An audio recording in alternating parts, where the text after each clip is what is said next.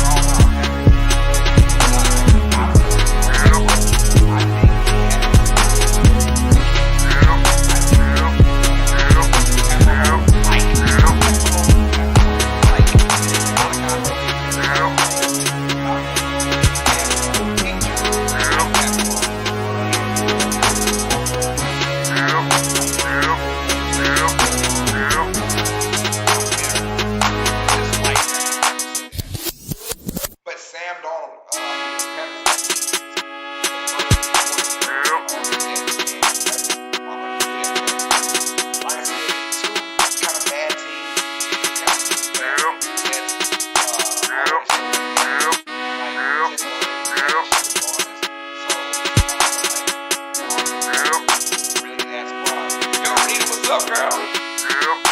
Thank you for stopping by. Peace and love. Yes, ma'am. Here's a shock. I do the best.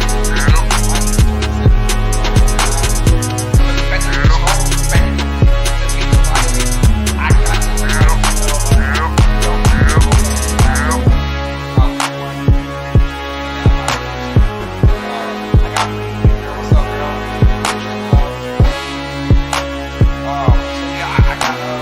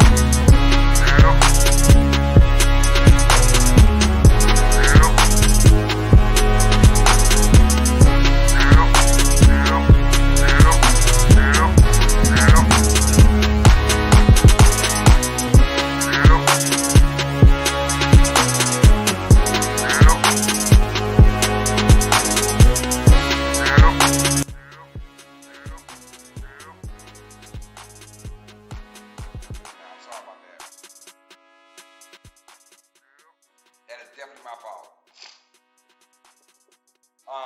So we got 38-13. The Cardinals beating down on the Titans. The Titans came in as a favorite of mine. I really thought, man, they're in a horrible division. When you got the Colts, Jaguars, and the Texans, you better win the division. You better win by like four games, whatever. All right. So then we see that happen. 38-13. Think about that score, man. 38-13, and you're at home. You get beat down at home. What kind of crap is that? What kind of crap is that? 38-13. So that really kind of hurt my feelings a little bit, knowing that, boy, they are that bad when Derrick Henry doesn't have a great game. Now, mind you, he had 77 yards total, which is decent. But you really rely on Derrick Henry to get you about 130, because if he starts off slow, the team starts off slow. And if he starts off slow, you rely on your quarterback, right? Ryan Tannehill is not that guy. He is not that guy, man. So it's just 1 week, but boy, it was a head scratcher. Like, what are you doing? Cardinals, 30-13. They look good. Kyler Murray, but he looked good like this last season too. The first 8 games, and the last 8 games kind of falls off. This might be Trinity. He's one of those guys. He is what you call today's NFL quarterback. The guy that can throw it and run it. I mean, he is just that talented, bro. That talented. Next game.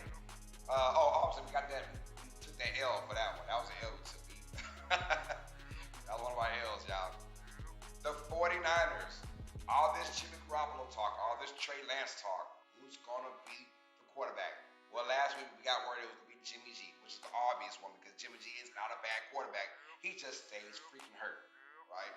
The Lions come in, and Dan Campbell's their head coach. He's talking about biting at the knees and talking about being a physical team, and we didn't see no physicality at all. The 49ers had their way all game, except towards the end. We'll talk about it in a moment. But how ironic. They drive it on their first drive, they get to the goal line, and they put Trey Lance in. Trey Lance's one and only throw of the game goes for a 5-yard touchdown. I think to myself, all right. Like, usually when you got a guy like that comes in there at the goal line after your starting quarterback drives all the way, you're thinking, okay, it's option, he's running something, they're going to do some kind of creative reverse play or whatever. No, he went in there, straight pass play, and touchdown. And I was like, okay, well, Jimmy G could have done that, but no complaint over here. But as the game progressed, it was more than Jimmy Garoppolo showed than anything. And Jimmy G, for 1 week, keeps his job. He looked good. The 49ers looked good. Deebo Samuel looked good. Had just amazing stats for Deebo Samuel. Over 140 yards receiving. He looked good. And I'm glad that I heard he was off-season, really preparing to be a starting wide receiver for this team, the #1 receiver. And he looked good doing that. The Lions, they made it very competitive. They get Jared Goff in a trade traded Matthew Stafford, and rightfully so. Matt Stafford did his due time for the Lions. They got Jared Goff in, and Jared Goff looked okay. But we all know Jared Goff's, he has a ceiling, and he has a flooring. And you never know what part of that ceiling or part of that floor he's going to go on any given day. We've seen times where he's below the floor, and we've seen times where he's above the ceiling. So, this Jared Goff is right in the medium. Right in the middle. So, I mean, I wasn't worried about the offense. The offense looked good. Swift looked good. Williams looked good. Williams had big running games.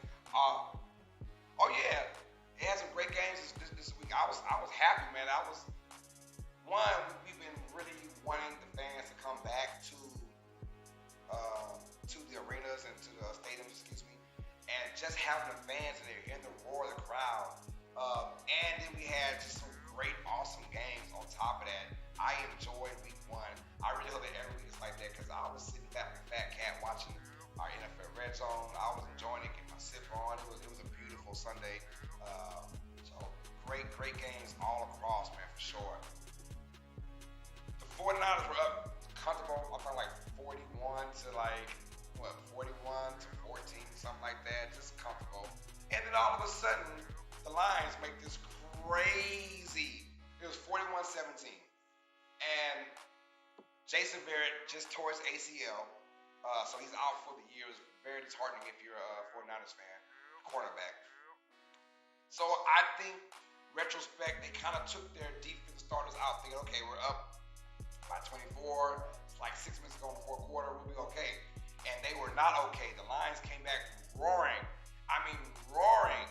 And they went for a touchdown, onside kick. It bounced off of George Kittle's helmet. They got it back. They went for another touchdown, onside kick, but missed it. But the 49ers fumbled the football. They went back, scored a touchdown, and they had a chance. I mean, it was crazy. And then finally, they were just down so much, they had a chance to kind of go for the tie, the 2-point conversion. It didn't happen. 49ers escaped the win, although they were ahead comfortable for a long time in this game. So 49ers go in and they put up 41 lines. So all that biting of the knees and all that trying to be physical, Dan Campbell, you got a lot to do. You can say whatever you want to say with your team. And honestly, if you look at their roster, their defense is a joke right now. And you see why Matthew Stafford was just very glad to leave Detroit. So I knew he wasn't worried about that. Our next game on the docket, the Pittsburgh Steelers at the Buffalo Bills. This was a game to keep your eye on. This one we got wrong as well. We said Bills win 31-23. We were wrong about that one. Steelers come out here and they get the 23-16 victory over the Bills, but it was not how you thought. The Bills, they looked like the better team. They played like the better team. They had more yardage. They got in the red zone a lot more. And they still lost this game. And I got a feeling that the Steelers are going to play this way all year. Their offense was horrendous. I don't care. Their offense was horrible. Matter of fact, the Steelers had the least amount of yards for one team. The whole entire week, out of all 32 teams, they had the least amount of yards. They put up 23 points because of their defense, special teams. Mind you, the Bills were up 10-0. The Steelers didn't score a single point in the first half. Roethlisberger, he looks old. He just looks old. Their offense looked bad. Najee Harris didn't really get going until like the fourth quarter. But I mean, if you see his first half stats, 7 carries, 8 yards. This ain't Alabama no more, brother. So I mean, it was just tough to watch the Steelers play offense. But their defense, and you knew that their defense coming. TJ Watt just got a 4-year, $112 million deal. You knew he was coming. That defense is forever going to be nice. I said they would have a good defense, but I didn't expect to have a great defense against the Bills. I was wrong about that. I thought the Bills would go up and down. No, they have more weapons now, and you hope, and I'm not writing the Bills off at all, not at all. You hope that their ceiling wasn't last year. You hope that they show some good things this year, but you hope that their best hasn't passed them up. And I don't think so. I think the Bills are going to be a great team this year. I think the Bills go right back to the playoffs, do their thing. They face the Dolphins next Sunday. It's going to be a great matchup. I cannot wait for that matchup. 23-16. The Steelers win that by great defense, great special teams, and they went and just demolished the Bills on offense. After the Bills got all the yardage, but they just played it smart. You're not scoring touchdowns on us. You're not. And they did not, man. So after going to 10-0, they basically lost 23-6. The Steelers win this game, and we lost our pick on that one. Next one, we had the Philadelphia Eagles at the Atlanta Falcons. And guess who is trying to go for a #1 overall pick? The Atlanta Falcons. We got this one right. We said the Eagles would win 30-27. We got it right. Because I just don't like the Falcons' defense. I love Kyle Pitts. I don't like him with Atlanta. He doesn't fit their need at all. They had some good offensive guys already. He did not fit their need. And by the way, 4 catches, 31 yards. I mean, tight ends. When was the last rookie tight end to have a monster season, like a team-changing type of season as a tight end his rookie year? Never. The position he plays is going to hold him back. Not for this year. He'll be better as the years go on, but #5 overall pick, they needed O-line help. They needed defensive help. But no, they went with Kyle Pitts. Let's just add more weapons for Matt Ryan to not give to. I mean, this team is screaming. We won the #1 overall pick, 32-6. You don't even score a touchdown at home against an Eagles team that isn't quite all that good. They're an exciting team, though. Jalen Hurts. I told everyone, Jalen Hurts, you give him a full training camp as the starter for the Philadelphia Eagles. He's going to do some business. And I'm excited to see Jalen Hurts this year. I think he's going to have a great season. for the Eagles, and they're going to do. They will surprise a lot of teams in the NFC East. I'm telling you, the Washington football team, the Eagles, and the Cowboys, once again, will make a very interesting trio of teams getting to the NFC East division. And then while saying that, watch the Giants win it. So that's how the NFC East works, man. It's just weird, bro. It's weird. But nonetheless, the Eagles win 32-6. Devontae Smith, the Heisman Trophy winner, he got his first touchdown of his career, and he had 6 catches, 70-something yards. He looked good. I enjoyed it. I enjoyed how Jalen Hurts they played to his strength. The Eagles played to his strength, and I like that.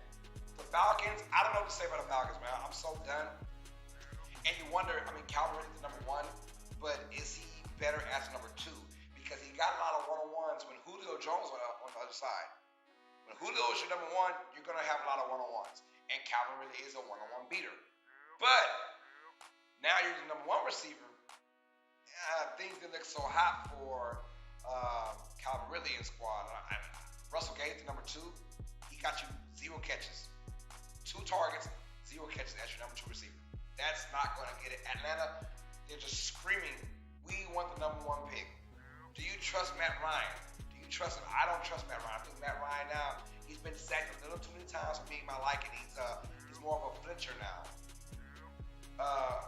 Do you remember Any Given Sunday, the movie? Any Given Sunday, where you had, what's his name? But he was a starting quarterback, and I'm trying to think of his real life name. Anyways, I can see his face. He was a starting quarterback, and he got hurt. And coming back, he was an older veteran kind of guy. And when he came back in practice, he was getting nervous because just so many hits and injuries that every time someone got close to him, he would flinch, he would freeze up. Matt Ryan over the last 2 years has been that guy. Every single time Matt Ryan is, someone even breathes on him, he falls down. I mean, so that right there lets me know we should have went for a quarterback this year. If you weren't going to go O-line protection, if you weren't going to go with defense, you had to go with a quarterback change. And you passed up Trey Lance, you passed up Mac Jones, you passed up all sorts of quarterbacks to keep Matt Ryan and to keep Kyle Pitts as your tight end. That doesn't make any sense to me. And from that moment, I said the Atlanta Falcons are looking to have the number 1 overall pick for the 2022 draft. It just feels that way. The Eagles went there on the road and dominated. I saw a meme yesterday where there's a guy holding a jug of gasoline outside of the Mercedes-Benz Dome in Atlanta. And one dude said, hey, put the gas down. It's just week 1. I don't blame him, man. Burn it to the ground, bro. Burn it to the ground. Eagles get a big win, 32-6. We got that one right in Educated Sports Talk. We got it right. Next game on the docket. The Kansas City Chiefs are home against the Cleveland Browns. We thought this might be game of the week, and it certainly was game of the week for the most part. Kansas City wins 33-29. We know that. Look, if you don't know, now you know. Cleveland Browns are going to be a great team. They're going to be a good team. There are no moral losses at all, no moral victories. But if you had to pick one, this be it. I mean, the Browns, no Odell Beckham Jr., they have a great running game. They just made mental errors. They need to learn how to finish. We know that Kansas City can finish. You see that when you give Pat Mahomes a decent offensive line. We saw in the Super Bowl, he's missing 2 of his guys, so that's why he looks so bad. Well, they're back to being healthy again, and he's just throwing bombs to Tyreek as usual. But the most part, the Browns had this game in their control. They controlled the line of scrimmage.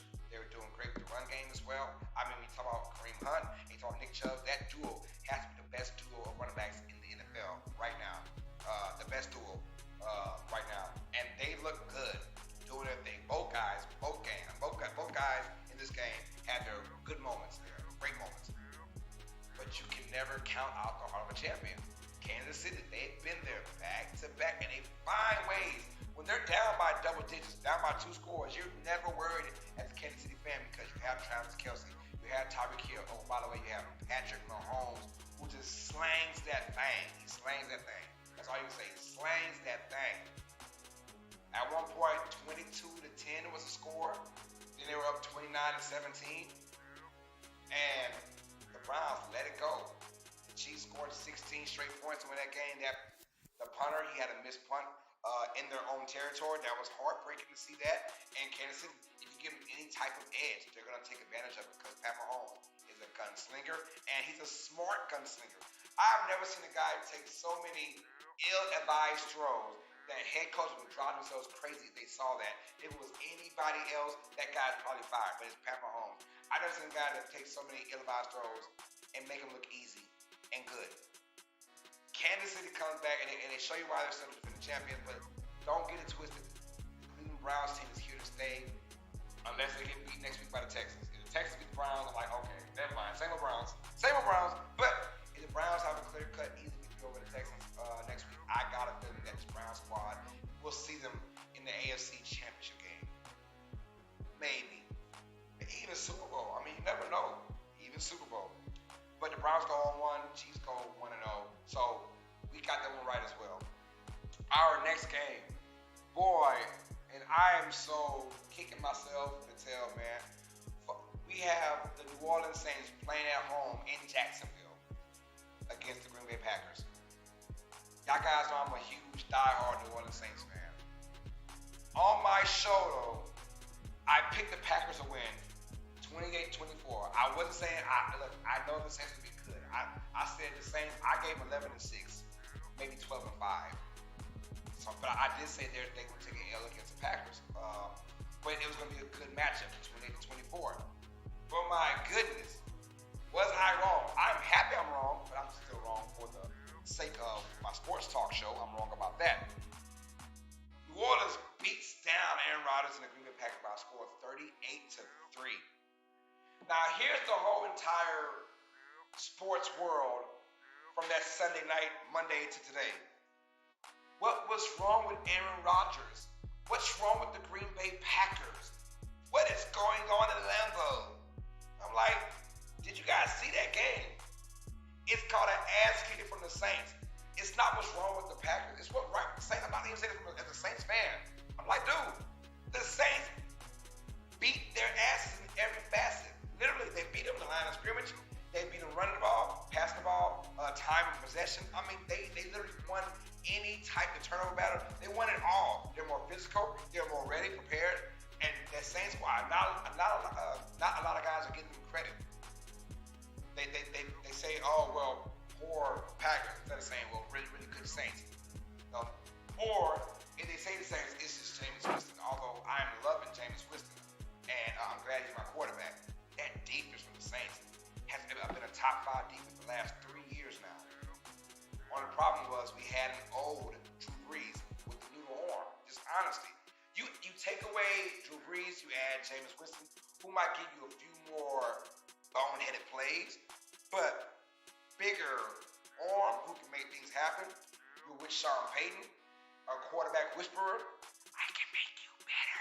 That's what he does. I mean, you keep forgetting, this is the guy that got Tony Romo, an undrafted quarterback from Eastern Illinois, to be, at his prime, a top 10 quarterback, maybe top 5 in some years, So he can take a quarterback and make them from bad to good to great to legendary. You know what I'm saying? So I think Jameis Winston will be fine, but their defense, that's what we're missing.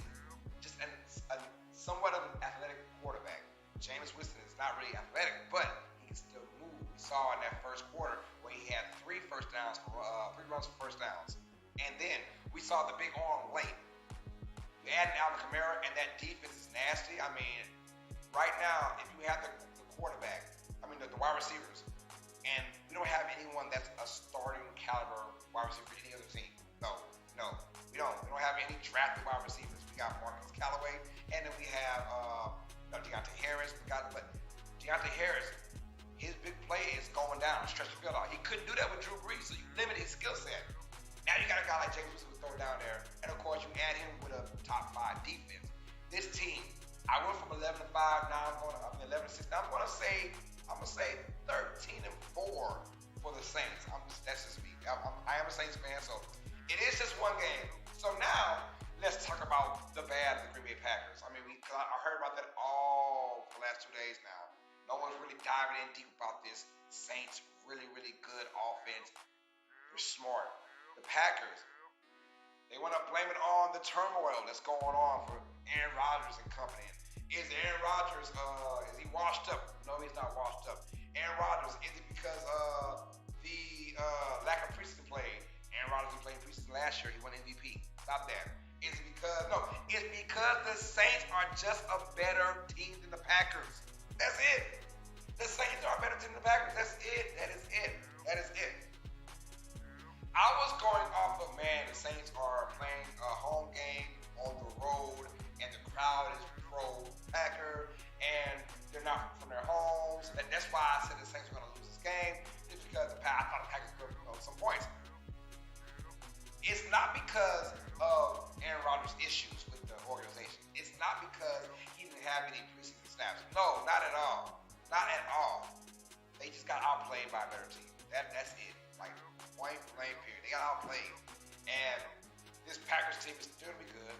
They're still most likely going to make the playoffs. I mean, the Lions lost, the Bears lost, the Vikings lost, and they're all 0-1 in the basement, which means the best 0-1 team is probably still the Packers. They're going to win the division easily, I think. But the Saints put up some monster numbers, 38-3. Jameis Winston, 5 touchdowns, only for 148 yards, but 5 touchdowns. Out of the 14 completions, 9 were not touchdowns. So, you know what I'm saying? That was crazy. And I think you have Jameis has a great, smart head coach. Not a risk-it-biscuit kind of guy. First of all, Jameis Winston isn't the right risk-it-biscuit quarterback. He's not. Jameis before Mr. Risk-it or No Biscuit. Was it No Risk-it, No Biscuit? Or Risk-it, No Biscuit. I don't know what it is. But Jameis was already that guy before Bruce Arians came in. Just throwing it, Now he had to sit down for a year. He watched Drew Brees play. He listened to Sean Payton. He took it all in. He understood what was going on. He understood all that. So now, all that 1 year of going to school, he humbled himself in his mind. His mindset is, I'm not a starter, but I want to go and learn from these minds, these great minds. Man. And you wonder why Jameis didn't play at all last year. Because the Saints are not dumb. The Saints said, we're going to not showcase this man at all. So when it came out of Taysom Hill versus Jameis Winston last year, they put in Taysom. For a reason.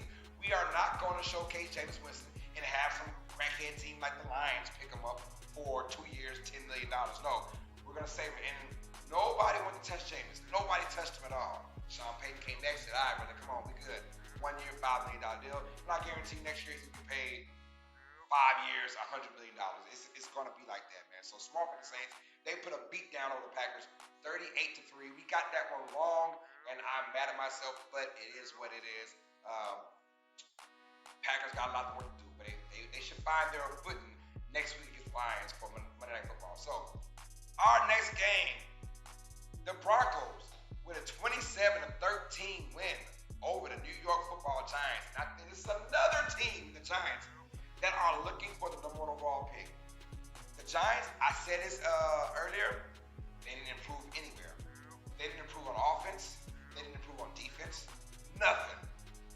Except for Saquon Barkley. And Barkley is good, but he needs an O-line to block for him. And he got none of that. He had 37 yards total in this game. Nothing. He is good. He's a good running back.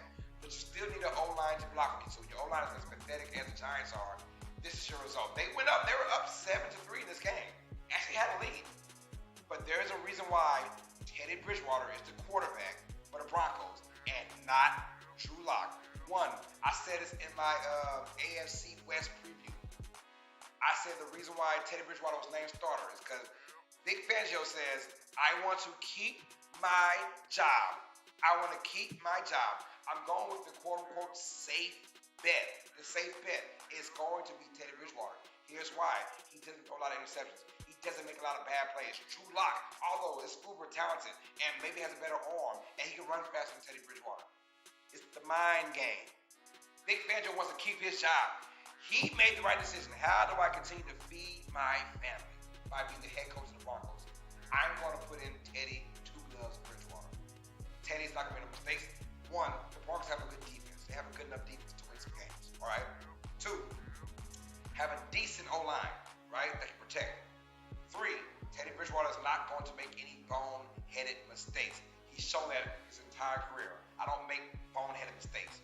Kudos to Teddy Bridgewater. All right, 27-13, the Broncos win. Daniel Jones and the Giants, I mean, very frustrating to watch. They're not good. Daniel Jones is a mid-tier quarterback. At his peak, his ceiling, he's a 15-12 quarterback. That is it. He's not going to be your top 10. He's never going to be your top. He's never going to be your top 5, top 10. Never.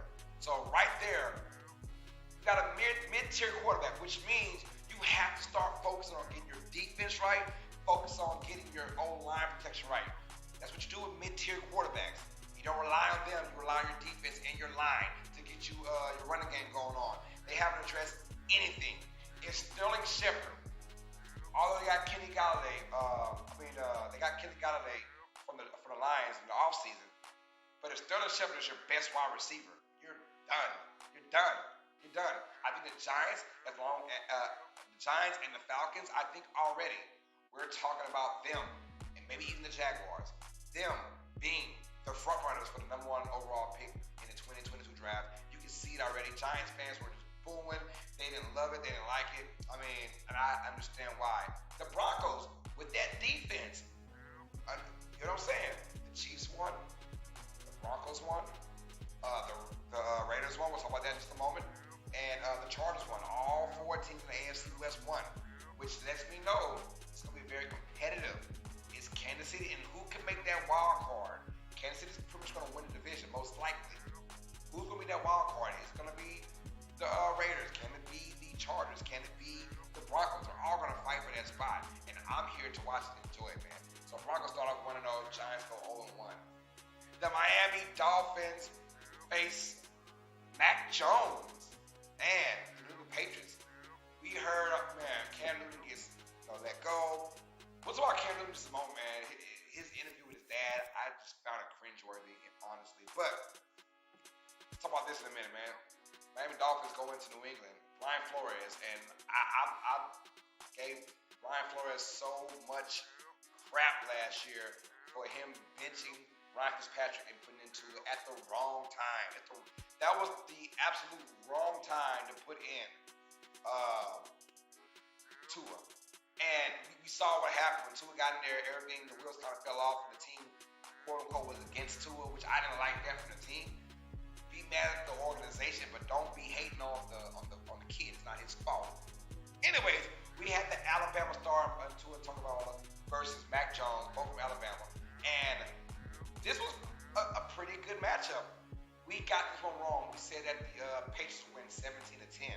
Well, 17 was still the number, but the Dolphins got 17 and the Patriots got 16. We knew it would be a low-scoring game. Regardless of who's the offensive quarterback for the Patriots, their defense will always be good. Always be good as long as Bill Belichick is a defensive guru. They will always have a good defense. And for Tua Tagovailoa to go in there and actually win this game in New England, that showed a lot of guts. Now, did he have a great game? Not really. Mac Jones had the better game, although I did see one sloppy, dumb, to say that Mac Jones, he's so intelligent, he made one bad behind-the-back pass. It was stupid. Outside of that, though, Mac Jones did play very good this game. 281 yards. I don't like those guys that boost him up. He almost had 300 yards. No, he had 281 yards. Stop that. Almost 300 to make it sound better. No. 281 yards for Mac Jones. He did get his first career touchdown. He didn't want the football because for his first, he got the football at the end. I'm pretty sure he got it. He didn't want it right then and there, trying to be, I'm the leader. I'm going to throw so many more passes. Stop that. But I feel like, I know he's all about business, and I respect that, but take the football, bro. Anyways, but the Patriots had a chance to win this game, but then Damian Harris, who had a great game running the football for the Patriots, he did fumble deep in their in Patriots territory. That hurt them pretty much. They had a chance to win. But this game was all about defense. Both of these teams showed really good defense. And if I'm not mistaken, I'm looking right now, this was the only, I lied, it was two. There were two divisional games. Jaguars at the Texans, and then we had Dolphins and the Patriots. So kudos to the matchmakers for week 1. They said we're not going to do any hardcore division games week 1 now.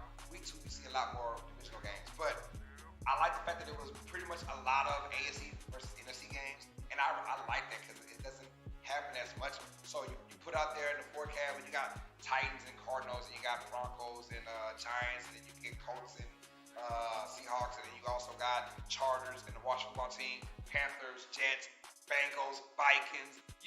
That really got my juices going. I enjoyed that the different conferences played each other. So shout out to the matchmakers for week 1. That's why maybe, because there's not a lot of familiarity, it's probably a good week of football because it's teams that don't know each other. But the Dolphins and the Patriots, they do know each other pretty much. Brian Flores gets the best of Bill Belichick in this one, 17-16. But Mac Jones did look good. The running game for the Patriots look good. The defense look good. It's just their receivers. We know about the receiving issues. And we know about the Dolphins issues as well. Can Tua be that quarterback to give Jalen Waddles? And when Will Fuller comes back next week, the speedsters, can he get it to them? That's going to be his issue. Is his arm big enough? I'm saying no right now, but they're going to find a way to be creative in their offense to get to those guys the ball more often, man. So, but the Dolphins do get a 17-16 victory. Shout out to the Dolphins. They're 1-0. Patriots start off 0-1. But Mac Jones looked good. Tua looked okay, but there's always room for improvement for Tua for sure. And then let's go to our Sunday night football matchup. So anyway, Dolphins, Patriots, got that wrong. Yeah. Let's go to our Sunday night football matchup. The Chicago Bears at Los Angeles Rams. And that crowd, that SoFi Stadium is beautiful. It is so beautiful over there, man. It's beautiful. I'm low-key hating on that stadium. I know guys are just loving playing there. It just looks phenomenal. They're going to host the Olympics in 2028 at that stadium. They're, I think the Super Bowl was this year at the stadium, I believe. Big things for that stadium, man. It looks wonderful. Can the Rams join the Bucks as being participants of their own hosted Super Bowl? We'll find out. But the Rams look good. For the beginning, they had a little slowdown moment somewhere in there, but at the beginning, they look good. The Rams win 34-14, and all this talk about Andy Dalton versus Justin Fields, who's going to be the quarterback.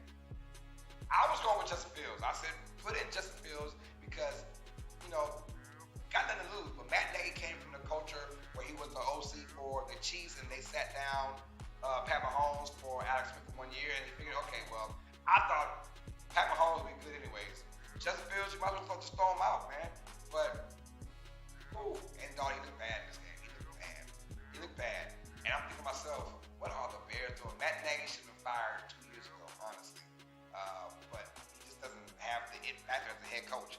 There are some guys who are gurus at offense, and there are some guys who are actually gurus at offense. The two guys we're talking about, Andy Reid, Sean Payton, those are the gurus of offense. These other wannabe gurus like Matt Nagy, you're not a guru, son. You just look good because you're offensive-minded head coach. Andy Reid made it look easy for Matt Nagy who got the job as the Bears head coach, and has done a horrible job as a head coach. And another horrible thing is putting in Justin Fields. Justin Fields played 5 snaps, and he got more fantasy numbers in 5 snaps than Andy Reid got in like 40 snaps. You know what I'm saying? The Bears look atrocious.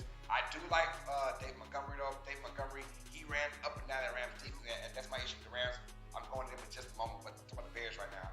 The Bears, outside of Dave Montgomery, he did his thing. I enjoyed watching him run the football. He was physical. He brushed off a lot of these attacks. I enjoyed it. All 20-something runs he got, I enjoyed them all. That was good to see.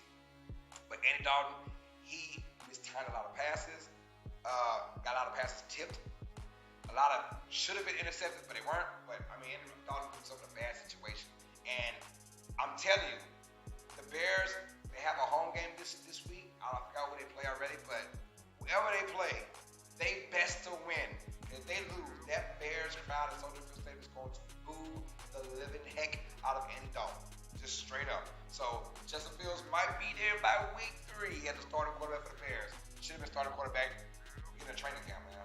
So, but I think that was more Nagy promising Andy Dalton a fair shot at starting quarterback, whatever, and he won the competition. whatever. But the Rams, it's going to them. Matthew Stafford now is the quarterback for the Los Angeles Rams. And boy, the Rams fans got their money's worth for this one. I mean, first drive, he throws a freaking 50-some yard bomb. And then in the second half, he throws another bomb to Cooper Kupp. I mean, this guy here, he has one of the biggest arms in the league. And you feel bad for a guy like Matthew Stafford. I mean, with this is year 13 or 12, whatever. And he spent all those years in Detroit where they had never had a defense. He went to the playoffs 3 times, bounced out the first round all 3 times. And you figure, boy, if you just gave him some help on defense, and he never had any help on defense whatsoever in Detroit. Well, he's got all the help on defense now in Los Angeles. He's got all the help. All the help. Jalen Ramsey played like a man possessed. He's no longer in the island guard. No, he's everywhere now. He's a rover. He's in the backfield now. I enjoy watching Jalen Ramsey do his thing. I'm super excited for Jalen Ramsey in this defense. And of course, Aaron Donald. I mean, he's the best defensive player overall. He's there, just making things work. So the Rams look good from top to bottom. They might be a team that's gonna compete for a Super Bowl with the Bucs, with the Saints. In my opinion, I think that they're gonna have a great season this year. And that stadium, you just had to do it right. You had to do it right, and they did it right. They did it right. Rams win 34-14 in a beatdown. It wasn't really close. Bears had their chances there at one point, but necessarily wasn't really close. So we got that one right from the jump, though. And then our last game, Monday Night Football, and it ended with a burn. The Las Vegas Raiders opened the stadium last year to no fans at all against the New Orleans Saints.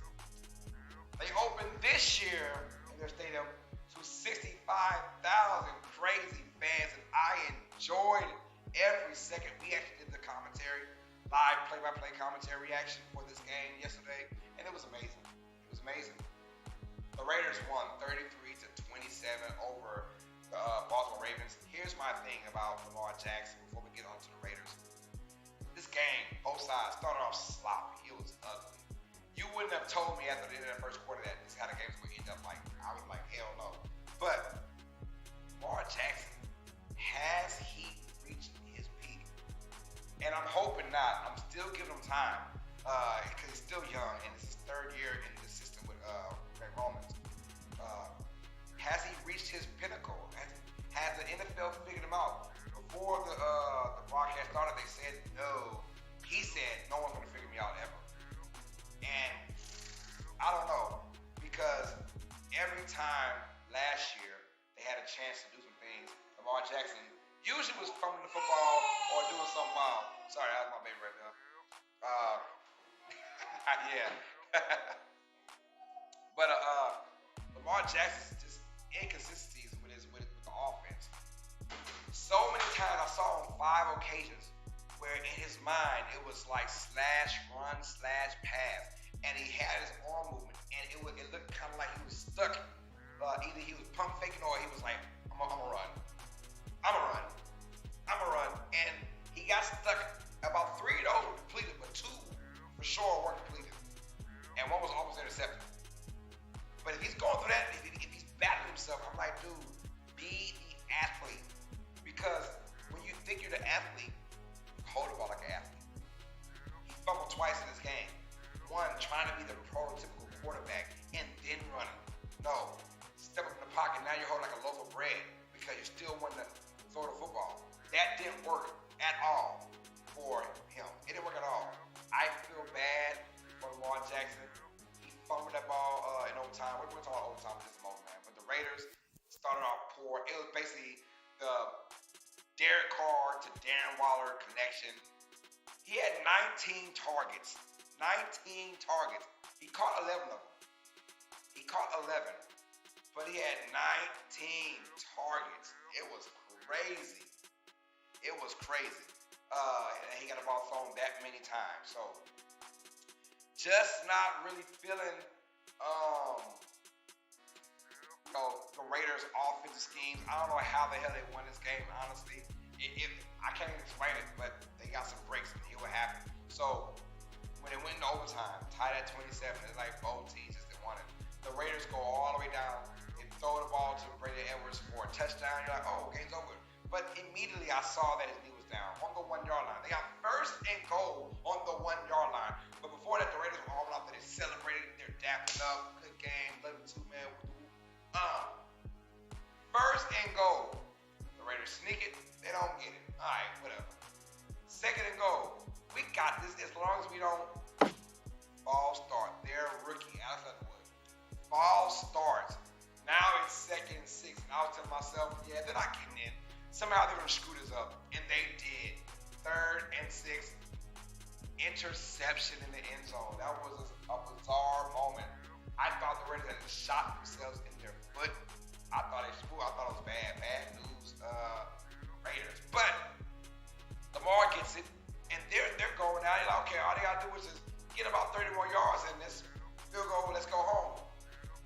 That did not happen. Lamar Jackson fumbles for the 2nd time in the game. Bad news, Lamar Jackson. It's almost like every time he gets a chance, it just doesn't work like that. I feel bad for Lamar Jackson. I really do. Because he's going to get a lot of flack. Now, he did call him. He said, no, it's my fault. I lost that game. He lost that game. You know. But the Raiders at home, I thought to myself, there was no way they're going to lose this game. Even down 14, then I was like, they cannot lose this game. The first ever game with fans in this Allegiant Stadium, they did not. It's crazy because we, on Uneducated Sports Talk, we picked the Raiders to win this game. That's how we got the 10-6, y'all. The Raiders win 33-27. We go 10-6 for week 1. Our overall record is 10-6. It'll be different, obviously, next week. But check us out for tomorrow. We're doing our week 2 preview, where I give out my predictions, who's gonna win, who's not gonna win, yada yada yada, all that good stuff, man. Just come back out here tomorrow for our week 2 predictions of the NFL season, man. I'm so happy, man. And don't forget, if you're new to the channel, subscribe to Uneducated Sports Talk. Tell me how you feel about this. Comment down below, what was the best game of week 1? I want to know from you guys, what was the best game of week 1? And who's your team? Who are you repping, man? I'm Who That Nation all day. But I think the best game, honestly, Chiefs and the Browns was the best game. Maybe the Raiders and the Ravens had the best ending. It was crazy, man. That being said, man, thank y'all for being a part of this show, man. This Uneducated Sports Talk. Stay smart, stay uneducated. We're out. See y'all tomorrow for our week 2.